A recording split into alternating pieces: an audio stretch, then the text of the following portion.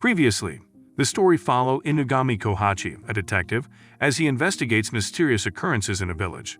His client, the hostess of Kanoka Villa, reveals the village's eerie secrets involving decaying bodies and livestock, all done by creatures known as Kemono. Kohachi promises discreet investigation. At the villa he meets Dorotabou, a boy with a protective stone that happens to be a secret seal that holds Dorotabou's demonic side at bay. He's revealed to be a human Kemono hybrid. Kabana, which is Dorotabou's real name, helps Kohachi tackle the Kemono that plagued that village. And in turn, Kohachi recruits Kabane into his little team of Kemono investigators. They join other Kemonoists Shiki and Akira to solve cases involving Kemonos. Right off the bat, they face an infestation caused by a Kemono, leading to Kabane's confrontation with a powerful Kitsune Kemono, Inari Yoko. Inari's assistant, Kan, another fox-like Kemono, beheads Kabane in an attempt to steal his necklace, but he regenerates. Kabane's team exposes Inari's plot, and she reconciles. Sometime later, Kabane encounters another one of Kohachi's Kemonoists. Accidentally opening a forbidden door, he comes across Mihai, who makes Kabane his personal butler. On the other hand, Kabanes and Kan, who got abandoned by Inari following their loss, seem to be growing closer. But Mihai worries for Kabane's safety. Shiki recalls his past and confronts foes, assisted by Kabane and Akira. They battle the Kanamba sisters, powerful Kemonos controlled by Mihai. Kabane taps into his Kemono power, taking victory. The team returns home, Kabane having realized a forgotten promise.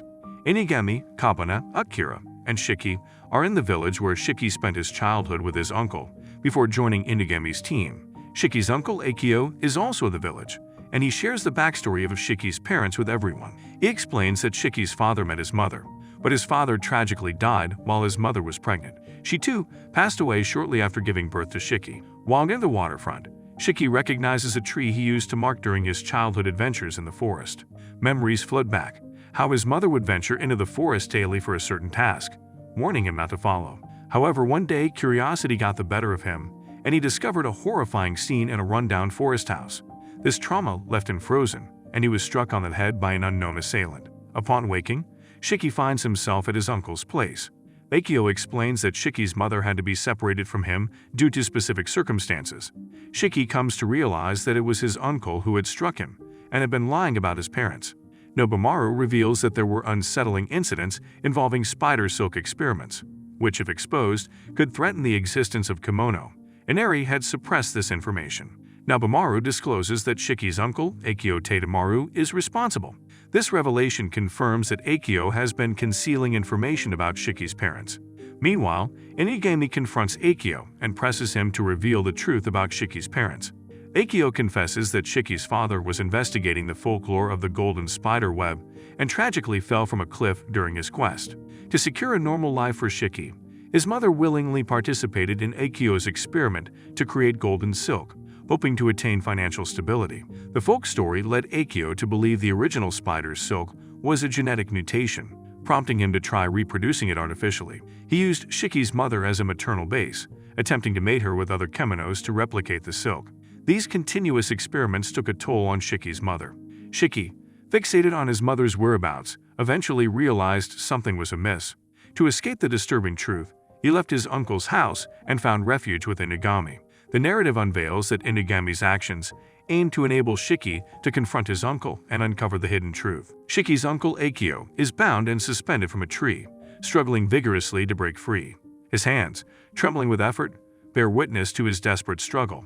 Inugami, Shiki, Kabane, and Nobumaru stand nearby, witnessing the scene. Shiki grips a phone tightly in his hand, while his uncle implores him to release him, reminding him of the countless favors he had done for Shiki and his mother. This final plea pushes Shiki over the edge, his frustration reaching an uncontrollable peak as he sharply commands Akio to be silent. In response, Nobumaru proposes various ways to end Akio's life. This proposition drives Akio to lose his composure, directing a question to Inugami about how he can condone children committing murder. Inugami swiftly silences him by asserting that those who take lives must themselves face the same fate. Suddenly, amidst the bushes, a weeping Akira emerges, expressing her discontent at being left alone. Before Inugami can reply, a Kemono launches an attack from the shadows behind her. Inugami's reflexes kick in, swiftly eliminating the threat. However, without warning, a substantial horde of Kemonos materializes before them. Akio reveals that these are replicas of Shiki's siblings, possessing the ability to vocalize but lacking comprehension.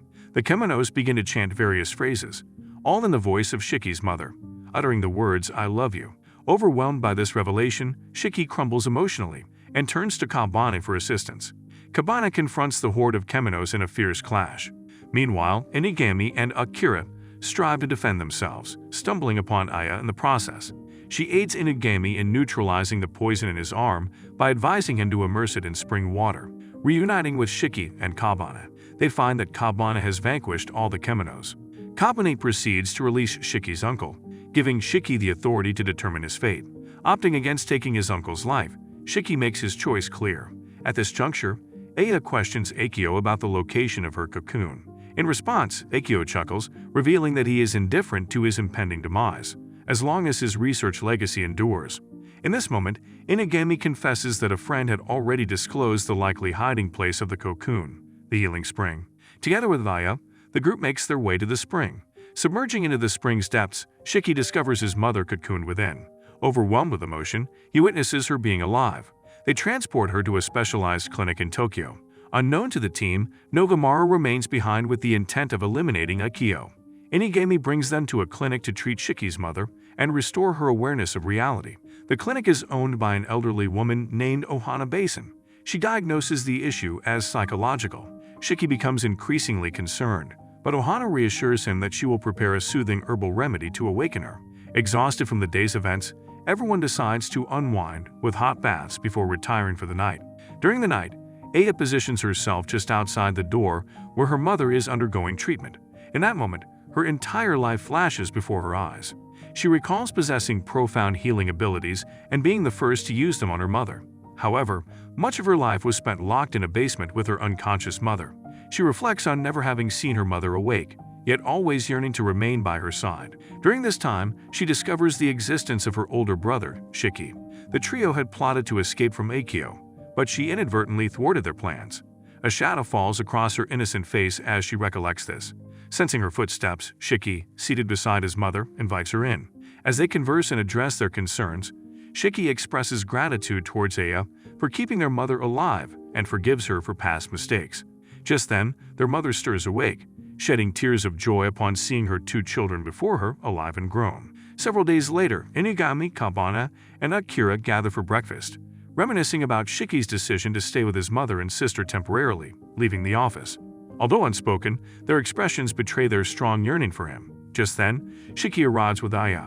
Aya displays a newfound sense of style in modern funky clothing.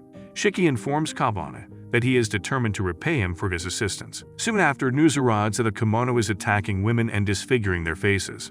Aya, who has developed feelings for Kabane, joins forces with him to address the situation. Khan also accompanies them. However, upon arrival, Khan exhibits a somewhat subdued demeanor, triggered by Aya's remarks about being Kabane's girlfriend. Jealousy fuels her actions, leading her to confront Aya. Once they manage to resolve the situation and neutralize the aggressive Kemono, they return to the office. Later that night, Kabane visits Khan to apologize for his behavior and informs her that she could be his priority, though he remains oblivious to the concept of romantic feelings. Residing in a snow-covered village are 200 Yuki Anna, ethereal snow women. This tale is recounted by an individual cloaked in a hood, who unexpectedly encounters a group of men on the streets of Tokyo.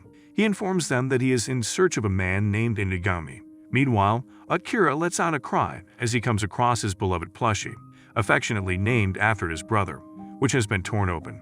A profound longing for his missing sibling consumes him, reminiscent of his initial quest to find his brother when he sought Inugami's assistance. Later in the day, Akira, with his usual clumsiness, irks Shiki, who becomes increasingly agitated. Shiki bluntly asserts that Akira's contributions are negligible. This remark prompts Akira to hastily pack his belongings and set off to find his brother. However, his plans are thwarted when he realizes his wallet holds only a meager sum, courtesy of his extravagant shopping habits. By a stroke of fortune, he unexpectedly crosses paths with his brother, Unisen, on a street, filling him with immense joy. Unisen takes Akira along with him and inquires about their accommodation plans. When asked, Unisen promises to provide Akira with a grand, lavish castle. True to his word, he creates a splendid castle for Akira in a matter of seconds and secures him inside. Meanwhile, at Inugami's office, The team becomes alarmed as Akira fails to make any updates on his social media, an unprecedented occurrence. Concerned for his safety, they embark on a search and eventually arrive at the castle where they encounter Yuinizen. Inugami soon deduces that both Akira and his brother are Yukiona, possessing the power to manipulate death through an incredibly potent nullstone. Eventually, Yuinizen returns and opens the door to Akira's chamber, explaining that he has brought the furniture. However, as Akira descends, he is met with a chilling sight: Kabana, Shiki, and Inugami frozen solid. As Akira gazes upon his frozen friends, his initial reaction is that they have all succumbed to death. Collapsing to his knees, he is overwhelmed by tears, his voice trembling with emotion. He implores his brother to explain why his friends are trapped in this state. In response, his brother clarifies that he brought Akira's friends inside the castle because he cannot venture beyond its confines. After conveying this, his brother fades away, leaving Akira to grapple with another wave of despair. In the past, Nai-san had ascended to the position of chief in their snow-covered village. During his time in power, he delved into various corners of the village and uncovered the existence of the nullstone. While he managed to obtain the stone, he fell victim to a pit of curses, becoming consumed by emotions of jealousy, envy, contempt, and derision. Yuinizen presents Akira with a plant stem, then departs. As Yuinizen leaves, Akira can't help but question the transformation that has befallen his brother. The abrupt actions of breaking his cell phone, confining him, and freezing his friends seem contrary to his brother's previous nature. Following Inugami's instructions, Inari and Nobumaru appear outside the castle to confront Yuinizen, successfully breaking free from the grip of the ice curse. Kabane approaches Akira. He informs Akira of his intention to face his brother and encourages Akira to return to the office. Akira, however, asserts that he is content with his brother's company and doesn't wish to leave. Deftly masking his true feelings, Akira pretends to be content when speaking to Kabane, who struggles to comprehend human emotions. Nevertheless, Kabane probes further, asking Akira if he is truly being truthful. At that moment, Nei-san reappears and the two depart, heading in another direction. As they leave, Nobumaru emerges before them, prompting Nei-san to swiftly conjure an ice cage and imprison Akira within it, all while engaging in a confrontation with Nobumaru. Nobumaru, a kitsune, employs cunning tactics to slyly pilfer Nei-san's null stone during the confrontation. However, this move swiftly proves to be an error as he realizes the stone's malevolent nature. The realization dawns on him as he comprehends why Inari had instructed him to retrieve the stone. It thrives by consuming life force. At this moment, Kabane strides forward, his body ignited in flames, ready to counter Nei-san's icy assault. Responding in kind, Nei-san encases himself in a protective shield of ice, initiating a strenuous battle. Despite their best efforts, both Nobumaru and Kabane find themselves outmatched. Kabane ultimately succumbs, collapsing due to the intensity of his combustion. Breaking free from his confinement, Akira rushes to the battleground, heartbroken to witness his friend's downfall. In a twist of events, it is revealed that Nei-san is drained of energy due to the nullstone sapping his life force. In a bid to rescue him, Akira attempts to extract the nullstone from Nei-san, only to find himself inundated by a flood of his brother's memories. These memories illuminate the fact that the nullstone became an intrinsic part of Nei-san when he experienced the sorrow of Akira's departure. Just as Akira becomes overwhelmed by the memories, Kabane intervenes, preventing Akira from further harm. Meanwhile, Inari takes action to obliterate the castle. Subsequently, at the clinic, Nei-san commences his recovery process, with the entire team gathering to support him. During this time, Nei-san divulges that the village met destruction upon his acquisition of the nullstone. He also imparts to Kabane that his parents might have held positions as Kemono leaders, explaining the potency of Kabane's stone. This revelation fosters the renewal of their friendships. Simultaneously, Inari remains steadfast in her pursuit of Kabane's stone. She employs Kan to entice Kabane into surrendering the stone, but the endeavor fails dismally, just as Inugami and Kabane embark on a journey to Shikoku to locate Kabane's parents. The end. Thanks for watching. If you like this recap, please consider to like and subscribe to the channel and ring the notification bell to be notified of any new recap. And while you're at it, check out this new recap appearing on the screen.